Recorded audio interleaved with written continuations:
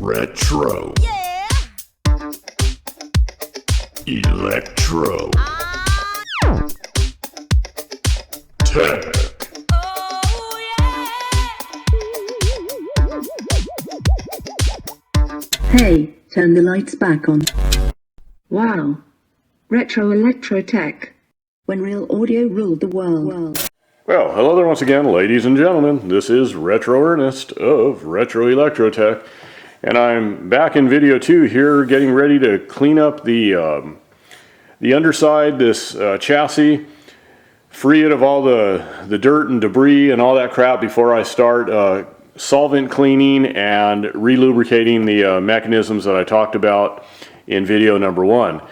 So I just have a little vacuum here. Well, not so much the vacuum, it's the attachments. So they sell these little vacuum kits, these little micro vacuum attachment kits that you can pretty much adapt to any vacuum. They have some adapters and all that stuff. They come with different, just different little attachments, like these little brushes and a little crevice tool and all that stuff. Not too bad for what they are. They're very cheap, and they sell them all over the internet. In case you guys are wondering, just search for like a micro vacuum attachment kit or whatever. Be creative. And there you go. So I just want to get all this fuzz crap out. So I'm going to start with that, get the bulk of everything out, and then whatever I can't get out with this, I'm going to use my compressor and blow the rest out. I don't want to start with the compressor because I don't want to blow the bulk of all this garbage all over the shop and the bench and all that. I want to get most of it out, and then the rest of it, well, that's fine. So I'm going to start with that so that I can get to the phase where everything is clean enough to solvent clean and re-lubricate and all that. So let me go ahead and get to it.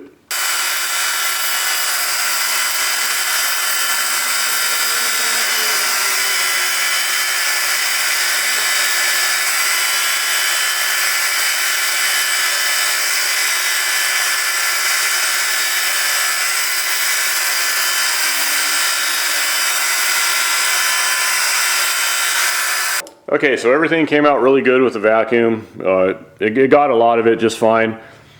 And anyways, I'm going to get the rest of the crap, like I said, with just, garden variety compressor and, a little blower attachment there.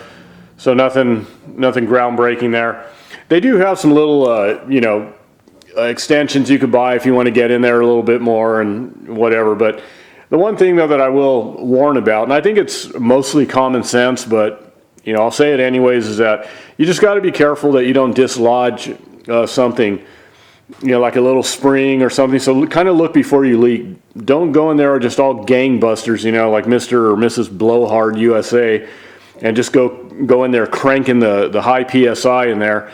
Because if there's little springs or whatever, or even little small mechanisms that are a little bit more delicate, you just don't want to go right up against them and hit them with high PSI and all that stuff, especially with circuit boards and whatnot. You have little delicate components and all that jazz. But anyways, so it's kind of common sense, I think, but I just figured I'd bring it out there anyway. So I just control the flow, like so, just kind of squeeze the trigger lightly until you get it to where you want it. And in some areas where I can see there isn't anything delicate there or any springs, and it's a larger mechanism that's not going to get hurt by high PSI, then sometimes I'll up the game a little bit.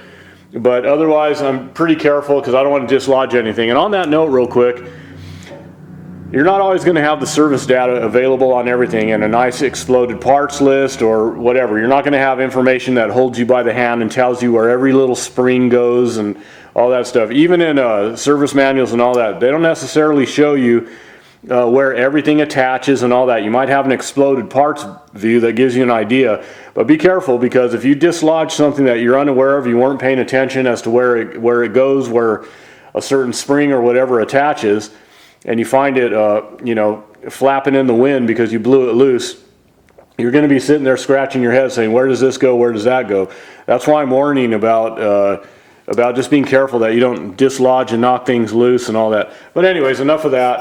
I'm just going to get in here and blow out the rest of the crap. And like over here, there's no delicate little spring, so I'm going to get in here and get it a little bit more funky. Okay.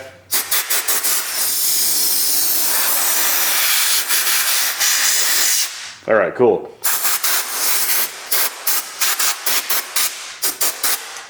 All right, so there you go. All right, so now that everything's all cleaned of dust and debris and all that stuff, I'm going to get in here with some solvent, cleaning solvent, and cotton swabs, okay? I'm just going to roll with that because this is a perfect mechanism for getting in with cotton swabs. And yeah, because I'm not pulling it apart, of course. So if I had it apart, I might, you know, and had all the individual pieces, parts of the mechanism set off to the side, I'd probably use some different things, rags. I'd use some cotton swabs in some areas, maybe, you know, wipe things down with rags in other areas where I have more surface area to work with, blah, blah, blah, the whole thing. So, but just a quick tip that might help you out. Yeah, you can go in here with just regular cotton swabs, Q-tips, whatever, and start cleaning in there. The only thing with those is that they're small. The cotton swabs are smaller, obviously, and it'll just take longer. And also, too, the reach, when you're kind of reaching in there, because you only have so much reach with a small cotton swab. So I keep these, a lot of these skewers around the shop. And what I like to do is just split them down the middle somewhat, like so. All right. And then I have a bunch of cotton material. You know, I have containers full of cotton balls and all that. So essentially what I do is wrap my own swabs, okay? So I'll take some cotton material. Let me just get a piece here, you know, pulled apart somewhat the way I want it, something like that. Spread apart this section of the skewer that I split so that I can just slot it down in there, okay? Kind of like a gun cleaning patch, for those of you that clean guns. And then I'll just wet it down with, I'm just using 99.9% anhydrous alcohol. I'm just going to saturate the swab pretty good, you know, get the cotton all wet. Let me just make sure I'm staying in frame. Okay, so no rocket science going on there. And I'm just getting it wet so that when I start wrapping it, it'll kind of hold in place a little bit better, and I'll just form my big old Q-tip is pretty much what I'm doing, okay? And this is better because I have more reach. I have a larger area that I can use to really cover the area, especially in here because this is the big old main cam gear, and I have plenty surface area where I want a big swab so I could really get in there and clean. And over here you can see that, well, especially with my eyes, I have magnifier light all set up so I can really see what I'm doing as I'm getting in there. And yeah, I'm just reaching back in there and removing all of that old grease. Okay, reaching back in there. And I'm not too worried about the residual cotton material that might get snagged on stuff, because after I'm all done and everything dries out, I'll look in there, and if I see any pieces of cotton, I'll get a pair of tweezers and kind of pick it out so that I don't get that stuff tangled in the mechanism. When everything starts cycling and all that, you don't want a bunch of cotton material left behind, especially big pieces. Little tiny pieces ain't going to hurt a mechanism like this, you know, because it's not like these mechanisms, these parts of the mechanism have really super tight tolerances that are going to get bogged down by a tiny little piece of cotton. But still, you want to do a neat job and get in there and just be neat, you know. Don't leave a bunch of residual cotton stuck to the mechanism all snagged in there. So yeah, everything's looking good. You know, I'm pulling out a lot of junk. So I just figured I would share that tip. You know, what I use, these skewers, and you know, split the skewer down the middle so you can stick your cotton in there and then wrap it real easy and whatever. So I'm just going to keep going with that, using these cotton swabs. Like I said, there's more than one way to skin a cat, as the old saying goes. You know, depending on what you need to gain access to, and little tight spots, yeah, swabs are great. But if everything's opened up, you know, you can use rags, you can use whatever, and clean off the larger parts that way. Alcohol is pretty good. I use the 99.9% anhydrous alcohol, like I said, because It's got a low water content, so it dries real quick.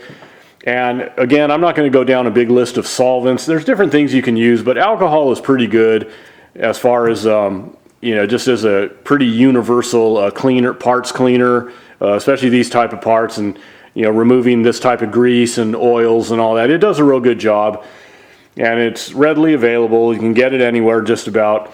So there's that. So I just wanted to throw that out as a little tip, even though there's no rocket science involved in this process. And also too, common sense, once again, one of these common sense things that I throw out. When you're getting into tighter spaces, obviously you're not going to have a big old huge cotton ball wrapped on the skewer.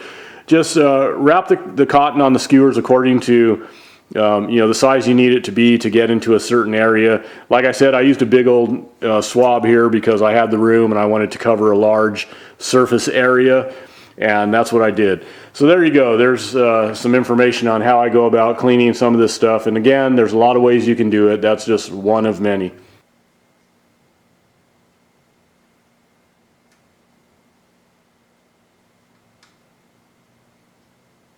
Okay, so I'm well underway with getting some new grease applied to the surfaces where grease needs to be applied, or at least where grease will benefit the mechanism. And that's kind of the point. I always say as needed, where needed, and I say that for a reason, because there's just some areas where you don't want to apply grease or oil. Just because there's movement doesn't mean that it requires oil or grease. An example of that, and up here you have this trip lever, and it's a very lightweight lever. If you were to remove it and hold it in your hand, it's very, very light. So it moves under its own weight. You don't want to apply any grease or oil, something that could potentially bog it down and interfere with the function that it carries out. So it's the trip lever, so it essentially trips the mechanism and starts the cycling of the tone arm and record dropping and all that. So some areas you just don't want to apply any lubricant. If it really doesn't need it and it's operating just fine, and it's that type of mechanism that, yeah, it's moving and pivoting just fine on its own, then leave it be. So I'm not going to get into a lot of detail when it comes to relubricating things, not in this video, but I'm just covering the fact that I am underway, starting to apply some, in this case, white lithium grease. A lot of different types of products, especially nowadays, a lot of different types of greases that will work just fine. So I'm not saying white lithium grease is the be all and the end all. More than one way to skin a cat, as I say. So there's other greases that will hold up just fine. But again, you just don't want to slap in a bunch of grease. You don't want to apply stuff that's too thick. That's going to bog down the mechanism. So understanding how the mechanism operates, the principle-based operations, principle-based functions are really the big takeaway. You should know that, so that you at least understand how they work, how the parts are interacting with each other, the type of surfaces that are making contact with one another. Are they big brute force movements and interactions, or are they very delicate and precise? Because, brute force mechanisms, like what you see going on here, you can see the slide action occurring here. This track that's sliding in through this post here. Back down here, there's another post that's pivoting within another track. And I smeared some lithium grease on this ramped section of the main cam, because when this is actually rotating, I'm just moving it a little bit, but when it's actually rotating around, there's some other metal parts that are making contact and riding over this ramp. There's another ramp on the other side that I didn't grease yet that I'm going to hit. But areas where the type of interaction that's taking place, the type of mechanisms that are contacting, the way they interact with each other, that's going to spell out to you what types of lubricants or greases, whatever, oils, which ones are going to be beneficial to apply in whatever situation, again, based on what's going on. So when you understand that, you'll know, yeah, this is a little bit more brute force here. I'll smear some grease in this area so that it will stay put, plus it's got enough viscosity to where it's going to benefit this type of an interaction here.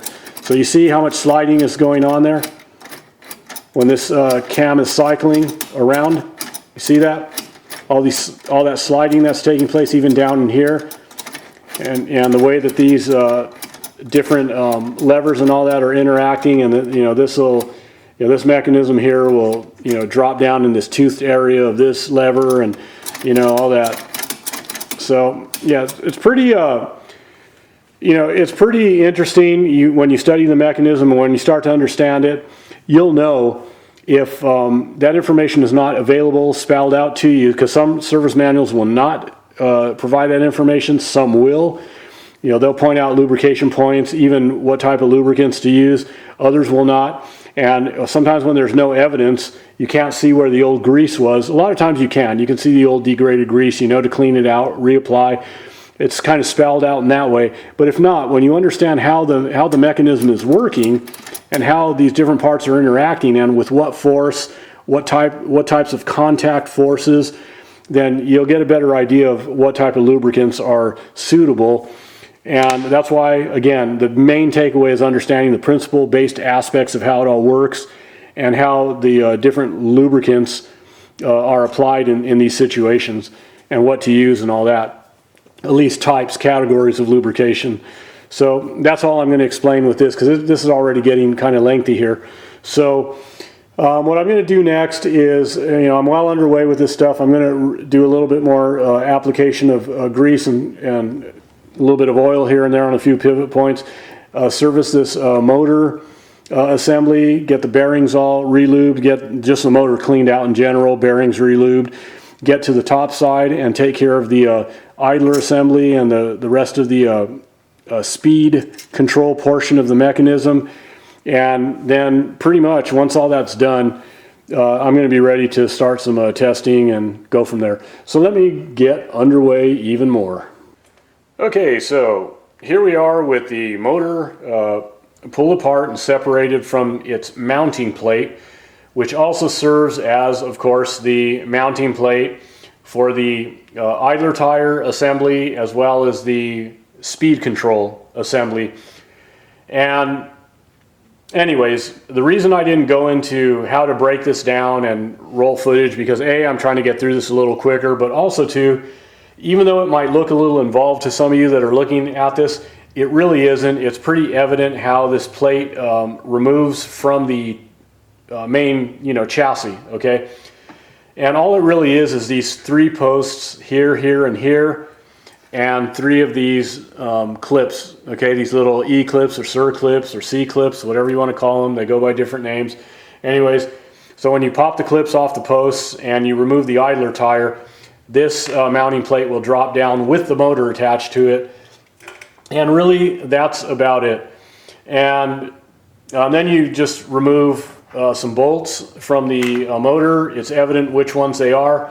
And the motor will drop out and you can swing it away from the plate. You can see it's attached by some wiring. There's a switch here and whatnot on the plate so that the motor is wired to. And anyways, but that's about it. And then, once you get the bolts removed from the motor and all that, you'll be able to separate these two oil retaining bearings, these housings, and have access to the to the rotor here. Okay, all right. And you can clean that up. Clean these clean these spindles or shafts right here. All right, clean them up. Get a swab, some solvent, alcohol, whatever. Clean these up, make sure there isn't any grime or anything like that. And because you want obviously the rotor spinning freely and everything all nice and happy. So there you go. And as far as these oil retaining bearing housings, inside of these is a wicking material like a felt wick, whatever, that soaks up the oil and retains it inside the bearing housing here. And of course bleeds it into the bearing to keep the bearings lubricated. So that's really about it in a nutshell. So everything is working nice, like I said, everything, as you can see, is re-greased, new lithium grease and all that. And removing these various levers and all that from the mounting plate is very easy too.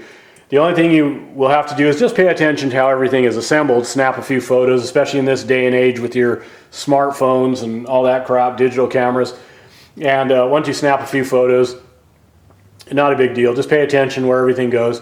there's a series of clips, same type of clips. You pop them off, and then you can start lifting the levers off and get the whole the plate, mounting plate cleaned up, get the individual levers cleaned up, reapply your grease, and insert them back in place, put your clips back on, and then you're in business, okay? As long as you just make note of things and pay attention, but otherwise, it really is evident how this breaks apart and goes back together. It's not as involved as it looks. So there you go, everything's cleaned up, ready to go. I'm going to reassemble, get this slapped back on board, and then that's really about it. Then I'll be ready for some testing. Okay, so now I've repacked the platter bearings with grease. I'm going to drop them back down into the, into the whatever, around the spindle hub there. Drop these platter bearings down around the spindle hub, back down into their well down in there. So let me go ahead and do that. Let me get all positioned here and I'll clean everything up. After I drop the bearings down, I'm getting grease all over the spindle and all that somewhat, but that's okay. I'll get everything wiped down after the fact. And then let me just push these all the way down. Yep, okay, good. All right, so let me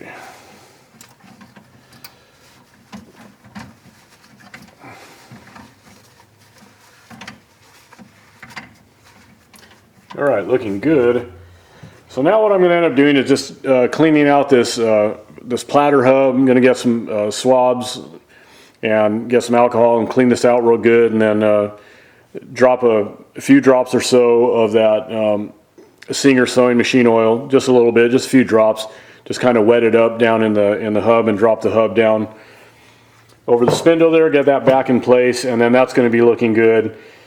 And I already went through and did a quick mechanical test, but you know what, I'll do it again after I drop the platter hub down so you guys can see that everything is cycling okay and whatnot. And then, because I just wanted to do a quick test before I pull it back out, and I'm going to disconnect the power again, pull it out, and then I'm actually going to pull out the amplifier section. Okay, a couple screws, and then I'm going to pull the board out, amplifier section, spray out the potentiometers, get those nice and clean. Before I get everything reinstalled and do the final testing, audio testing and all that. And of course I want to clean the inner rim of the platter of any residue, because when I get the platter back on, I want that idler tire to have a good surface to grip. So I'm just, again, using a paper towel and some alcohol, just cleaning any residue off that rim, because remember, the edge of the idler tire contacts the inner rim of the platter. So just clean the inside, get all the crap out of here. And yeah, we want a good clean gripping surface. All right, so there we go. Looking good. Got a lot of junk out of there too. You see that crap? All right. All right, now I'm just giving the edge of the idler tire just a quick cleaning. Just make sure that no little bits of residual oil or grease got on here somehow, some way when I was going through here and lubricating stuff and doing a little work. I don't think it did, but it's always a good idea to make sure that the surface of the idler tire, the edge there, is very, very clean. And again, the inner rim of that platter that you just saw me clean. All right. So everything's looking good. All right, so I have the circuit board pulled, and I'm going to start servicing these controls. That's not really what I was hired to do. I was hired to resolve a speed issue, but I want to be thorough about things before I drop the turntable back in the unit here in the plinth permanently. I decided I wanted to just spray out these controls at least a few times, flush them out a couple times and exercise these pots over and over again, clean them up a bit. There was a little bit of noise in the controls, nothing bad, and I forget if it was the volume or the balance, but one of them had a little bit of scratchiness in it. So anyways, being that it's not a major ordeal to, pull the board out, You know, there was a couple screws here. You can probably see there, you know, a screw here and, you know, one over here, and the board pretty much drops out. So, you know, it wasn't too big of an endeavor to do that. So even though the customer didn't really expect me to do it, I didn't want to leave him with controls that were slightly scratchy and all that. So that's okay, I don't mind doing it. So yeah, I'm using a hooked applicator because the openings of these pots are facing the circuit board, so getting under there without a hooked applicator is a little bit more difficult, of course. So yeah, helps out to have the right tools for the job, right? Goes for anything, of course. Makes life a little bit easier. So I'm just going to do this, of course, over and over again. I'm probably going to multi-flush these pots out, and you know, meaning I'm going to flush them out a couple times, 2-3 times, whatever, and work the shafts over and over again, and then I'll follow up with a little bit of fader lube in the controls.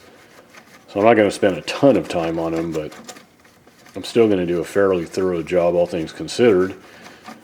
So once I do that, guys, and get these controls serviced nicely, then I'm going to go ahead and get everything back in place and get into the final audio testing. I'll probably give the surfaces a light cleaning as well. I don't want to hand this back to the customer, you know, dirty. It's pretty dusty right now. So anyways, let me go ahead and get to it. All right, so let's go ahead and test things out. Now, sorry I can't play any good music as far as vinyl goes, but again, copyright stuff, so I just have a test record. The first track on the test record is a metronome, so it is what it is, but it'll convey the fact that everything is working fine. So let me go ahead and do that. At least test the set down on the lead-in groove. Here, let me... Band 1, metronome. Pretty exciting, huh? All right.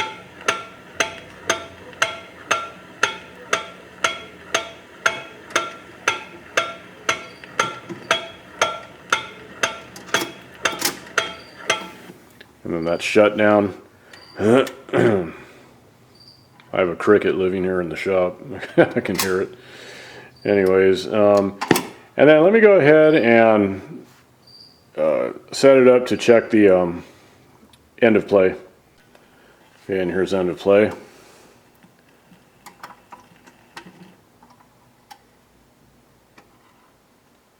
And it should set back down on the rest position and shut off.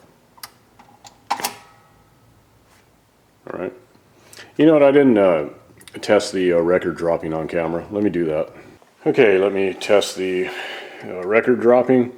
I know some people get all freaked out and, oh, I would never allow my vinyl to drop onto a platter. And yeah, it's not the best thing on the planet, but you know what? I was raised with this stuff, man. I don't freak out over vinyl. It's not made out of platinum, you know. I don't treat it like it's, you know, some treasure that can never be reobtained again or anything like that. It's just a freaking piece of vinyl. Anyway, so, yeah.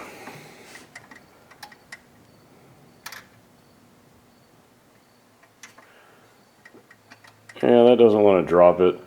This piece of vinyl is kind of finicky like that. I notice with this piece of test vinyl, maybe it's it's a pretty thick piece of vinyl. Sometimes it has to be set just so on the record dropping shelf of the spindle. Let me reposition it. Let me get this stupid thing out of the way. Okay, let me try that. That might, I think, right about there. Yeah, with this piece of vinyl, it's kind of weird, but it is what it is. Try that. Yeah, that's all it is. It just gets a little finicky sometimes. So, you go ahead and shut it down. So, that'll work.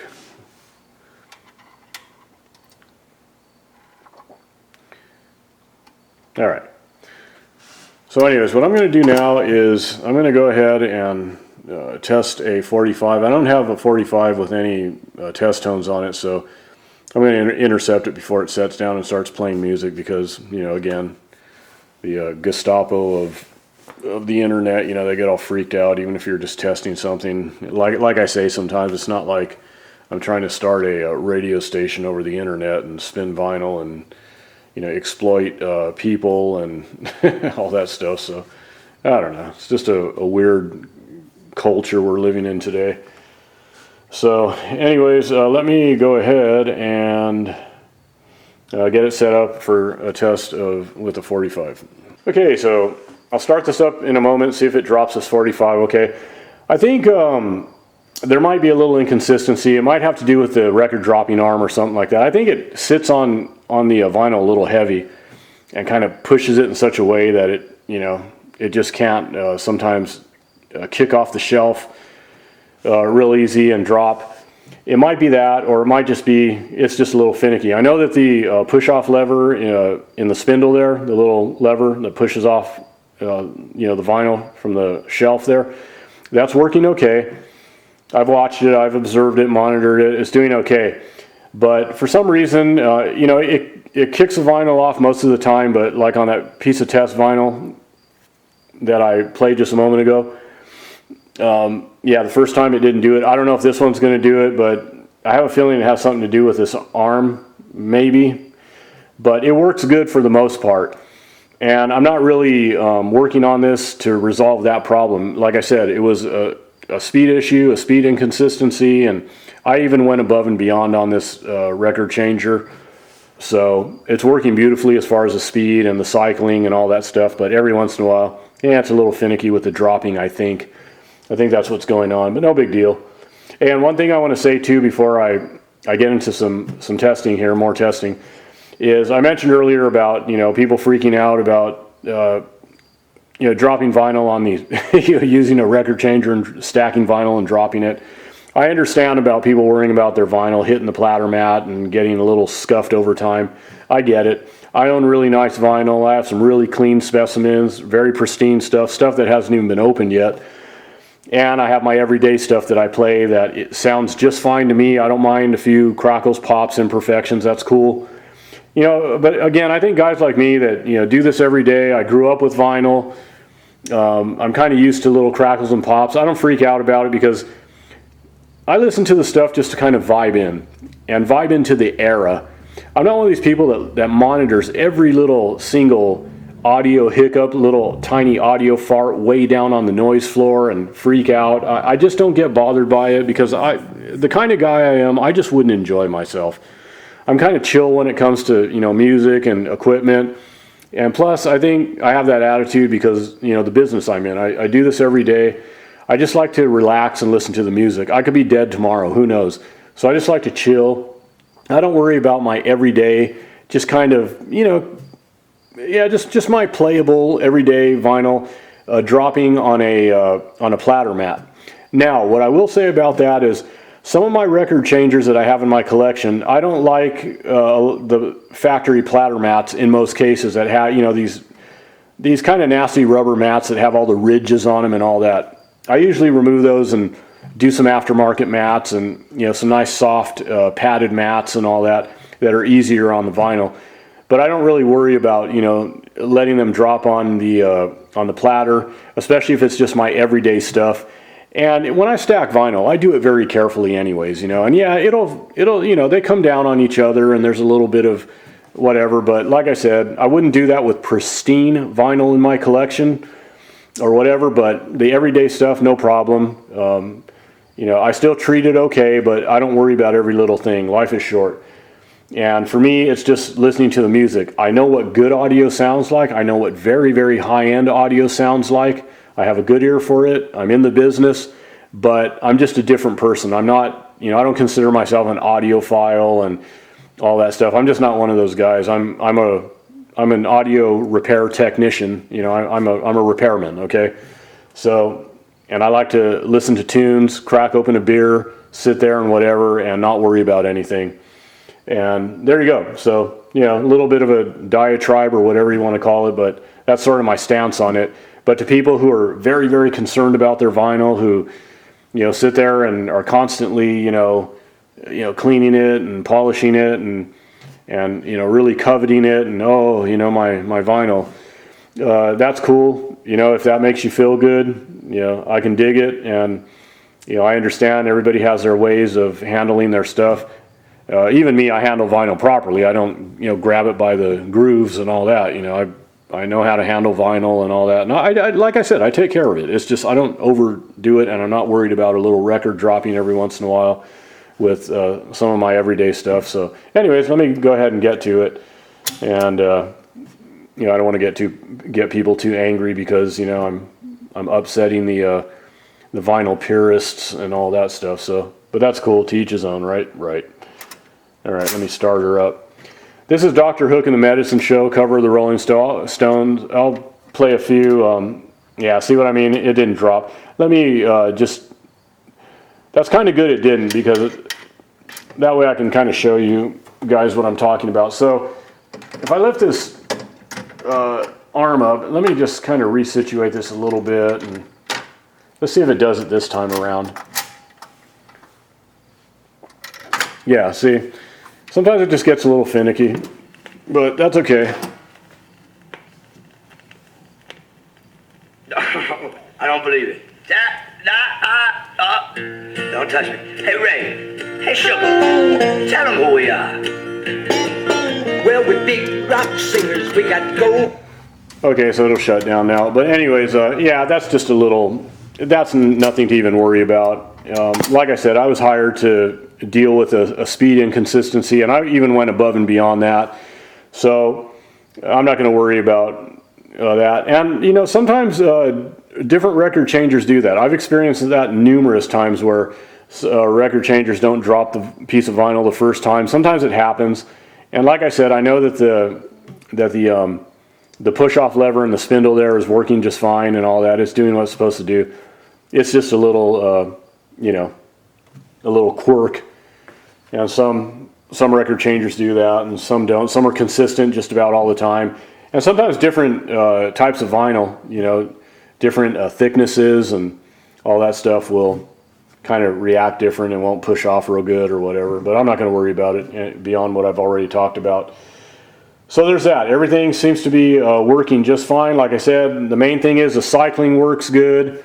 Yeah, the stylus is fine in it. It seems to be doing okay for what it is. Again, this is not a super high fidelity system. You know, it's a little portable, carry around record player that you can open up, set your speakers up, plug it in, and dance around in circles and all that stuff and have fun and not worry about everything and not worry about your your vinyl hitting the platter.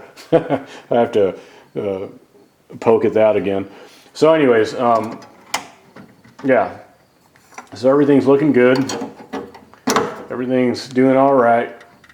And let me get this off of there. So, you know, that's about it. I did my due diligence and went a little bit above and beyond. So I'm going to end it here, guys. As I always say, peace, love, music, and the vintage audio that brings it to your ears. Till next time, y'all take care.